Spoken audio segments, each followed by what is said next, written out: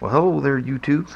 I've been promising you guys, several of you, that I would do a walk around on the Spyder to show you. This is a base model, so it doesn't have all the bells and whistles that the S and Limited has, but the same basic principle is here.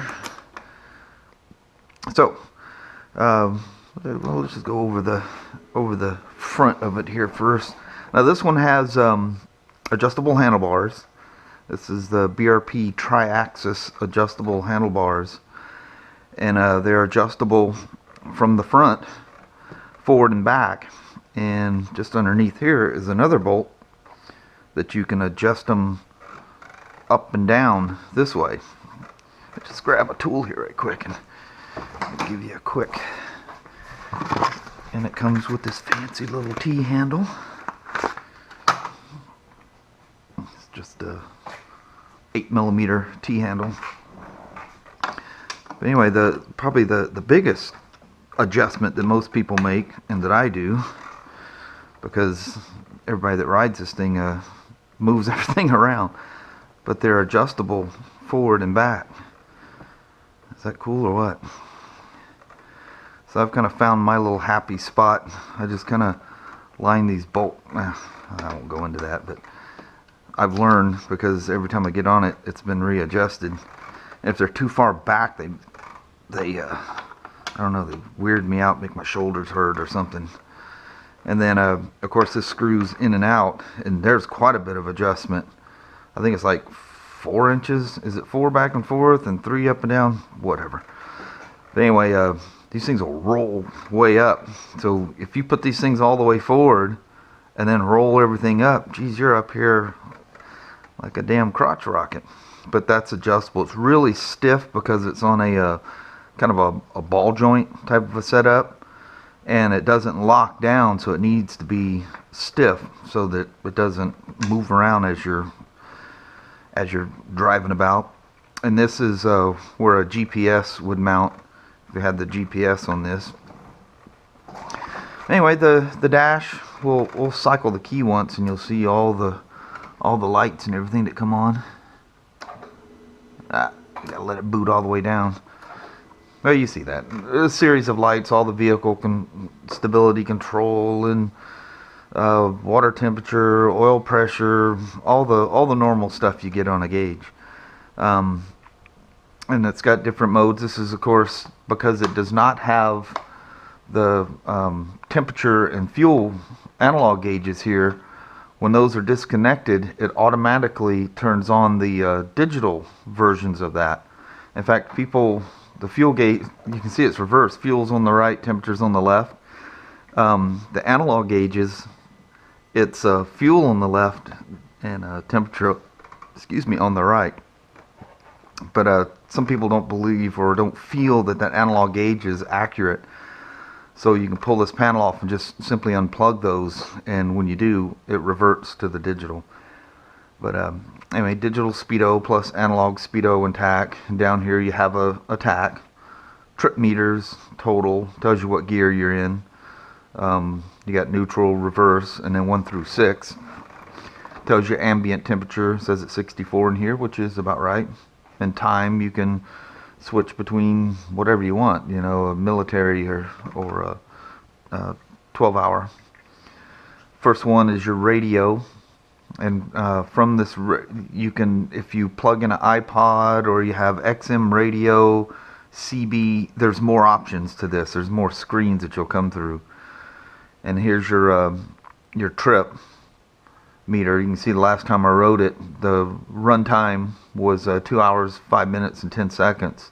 And my average speed was 61.2 miles an hour for a distance of 128 miles. And then you got your preferences. I mean, there's no end to all the different things you can do with this thing. You can actually put date and everything else in there, which I have set in here. And this is where you would set your clock settings too. You got the options of 24 or 12 hour. Of course, you can adjust the clock from there. Next screen goes back. So yeah, just radio, the trips, the menu for adjusting things. It doesn't have all the other features because it doesn't have XM. It doesn't have CB, Bluetooth, or anything. None of that stuff's installed. And you'll also see that there's items missing from the switch cluster here too. The next model up has ACS, which is automatically controlled suspension. It determines ride height in the back, and it has an air compressor built in that either adds to or takes away. It keeps the rear of the vehicle at a whatever ride height you set. And right here would be a hard and soft setting. And when you make that adjustment, it changes the digital display over here to show where you're at as far as hard and soft. And then if it had the fog lights up front, this is the on-off switch for the fog lights. New for 14, this park brake switch used to be an auto or electronic hood release button, but they have removed that for 2014. I won't say it was buggy, but I've had done a lot of repairs with those, either switches or the motor. I don't know if that's the reason they took it off. All I was told is that now the key does it so easy that most people weren't using it. That's what BRP said. So whether that's true or not.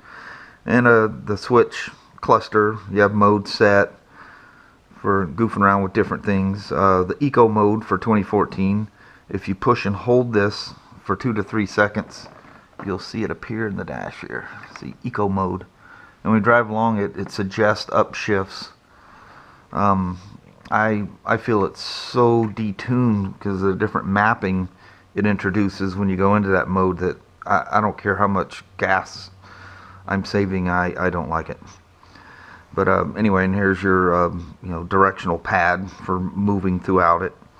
Your windshield up and down. It only works with the engine running. Horn button, of course. Turn signals. The cancel is a little weird on these things. It's not a distinct detent, and that kind of confuses people right at first. You just got to give it a light touch. Everything is runs on a CAN system, a controller area network.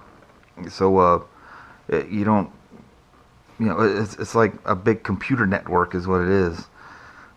This one has 6 modules or 6 computers. The next model up and onward have 7. The only difference is the one controlling the suspension.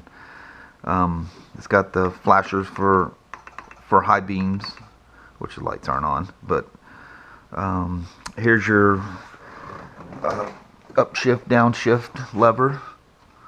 Downshift goes back, upshift is forward, and you shift preferably without blipping the throttle. Reverse is you push and hold the reverse button and give it one downshift, and boom, it goes into reverse. And new for 14 also is once you've executed your reverse, one click and forward brings it not to neutral, but it brings you all the way to first, which is really nice. They didn't do that before. The first click was neutral, second click was drive. And now there's a confusion riding the old ones and the new ones. You think you expect it to do something it's not, but that's okay. This is your push to talk, for different communication systems. A little glove box up front. It has this one's missing the tray because it's not one of the newer models, but some of them have a little insert in there. If you're putting things that are temperature sensitive, it's kind of like a little styrofoam thing that sets in, and it's just one click. It just reacts to opposing click. It locks too. If you turn the steering all the way to the right, turn it off, and lock the steering, it locks the box too. And the different controls, you push down, turn to the right, opens up the seat. There's your fuel tank, your fuel fill. Really nothing underneath here to mess with. Other than that, on the base model like this one that doesn't have the ACS suspension, Here's your Schrader valve for adjusting the air in the bag. The shock is not an air shock, it has a bladder bag underneath there. And if you watch the video where I test ride the Limited and I got the VSS light, I didn't plug in the passenger detection switch. It knows when a passenger's on there, and it alters the vehicle stability and ABS system, and it senses 70 pounds and up. But anyway, that switch wasn't plugged in, and if it doesn't know if a passenger's there or not, that's considered a threat. It doesn't want a passenger to be there, and it doesn't know it, and vice versa, because it does alter the vehicle stability system. Rear speakers, the radio antenna. If you put a CB on it, that's the hole for the CB antenna. Over here, there's the radio controls for the passenger, and for the next model up and onward, there's the grips back here. The handholds for the passenger are heated, and you have the controls there. This one doesn't have that. Let's see, the mirrors you manually adjust. You just reach in and push them wherever you want to go. For 2014 on the RTs, you used to, on previous models, you had to pull this cover off, and there was a tank right there, and that's where you check the oil, or oil bag for you Harley guys. Now it's easily accessible right here at the top. And it's just a long like cabled dipstick that goes down into the motor, which is really nice. Here's your one brake, the brake pedal there. These are not BRP floorboards. These are from Seal Boards. An awesome guy, John Anderson, cool dude. He's well, he left Spyder Fest today, so it's over as of yesterday. And the guy I rode down with, they're splitting off, going different directions throughout the states. These guys do some serious touring on these things. This is where the fog lights would be installed. This is nothing more than an air scoop on this model. Under this cover is just a little push pin. You see the little laptop and the water icons on there. I don't know if that comes out on the camera, but that's where the DTC port is for connecting it to a computer, and that's where the well, that's some confusion too. There's a catch bottle in there, but it's actually pressurized. I've had quite a few people open those things up when they're hot because they think they're low. Read your manual very carefully before you add water to one of these. That is an ongoing thing. They don't see it, but the level line is below where you think it is. There's a max line at full temperature that you can see at the top. You have to look through the fender well. As of 2013 and beyond, the batteries are now up front. Just two screws and this cover comes out, and your battery's sitting there. Underneath these two covers are a series of relays and fuses, so all that's easily accessible. From the next model up and onwards, they all have carpeted inside, which is really nice, and they have a dome light that goes in here that lights that up. This one doesn't have any of that, of course. On this side is just an empty hole. On the 2013s, there was actually a jumper set up there for connecting to the battery, and I haven't heard why, but BRP removed that for 2014 on all of them. The radiator on the previous models was in this hole right here, which blew hot air at the rider and passenger's right leg, feet area. Some people didn't like that heat. Now they are up front. Two large radiators that sit up front now, and they blow forward at anything below 6 miles an hour. So when you're sitting at a traffic light, the fans blow forward, not back at you. And on previous models on this side, in here was a large oil cooler. It is now a liquid-cooled automotive style oil cooler that's mounted in the engine, so no heat being produced by that. On the 2014s, the RTs have it's a plastic panel that covers this normally. They have a backrest that they sell. And when it's hot, this thing makes me hot, so I've been taking it off. But it's a quick release. There's a little lever underneath the seat. Just pop the seat up, and this thing comes right out. And it only locks on one side, so it has the ability to kind of move with you. It's not just hard fixed, but just simply click it in, and there she is. She folds down for, you know, driver to swing a leg over, or for easy passenger access. In the back, you got the trunk. Normally, the owner's manual and everything is up front, but I throw a big camera bag up there, so this thing takes up too much room, and the Velcro sticks at the bottom of my bag, and I keep pulling the manual up out with it. Here's your connections for iPods or MP3 players, and also comes with an additional key tumbler. So if you buy the BRP trailer, you will have one key that fits everything, and they come with that. And you have a plug-in here for this is where the iPod and MP3 player adapter plugs into. It's a little den right here. This is the plastic cover that goes over the seat, and you have a 12 volt cigarette lighter style 12 volt adapter there that comes on them, even on the base model. And you get a lot of crap in there. It's amazing how much stuff you can get in there. Then on the sides, oh, got a sticky one. I never opened this side. Got saddlebags on each side. I'm not sure the exact volume of them, but you can get quite a bit of stuff in there. And they also make bags that you can put the stuff in the bag that form fits to this hole. That way you can slide it out, and has a little handle on it for, you know, if you're going into motels or hotels or whatever the case may be. But yeah, awesome machines. Very, very, very awesome.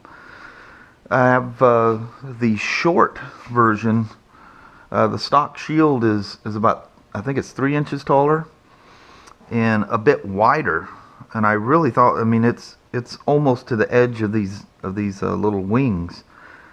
And I thought this was really, at first I thought it was going to be a problem that you know, it wouldn't block enough wind. But it actually does a fantastic job, and I like the shorter shield because I can always see over it. And the vents on this thing, you can shut them off, they're adjustable.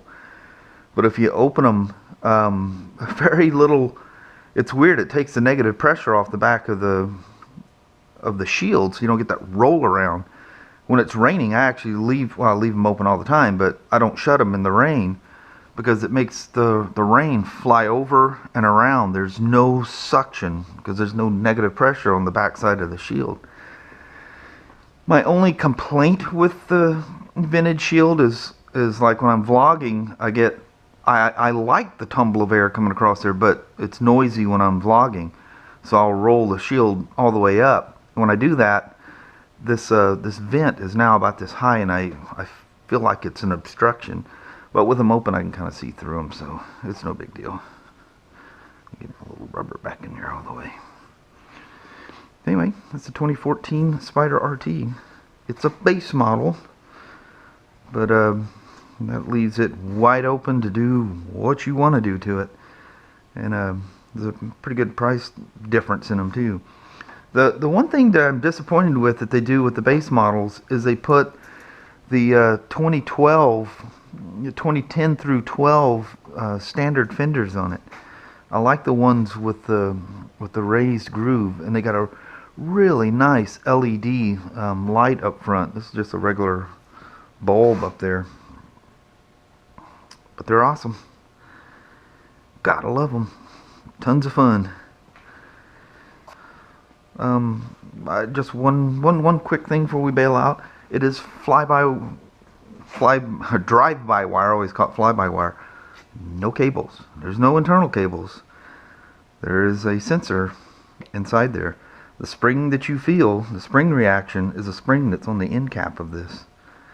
So it's 100% computer controlled. So if you get out there and do something really stupid, the bike will take over and try to correct you of your sins.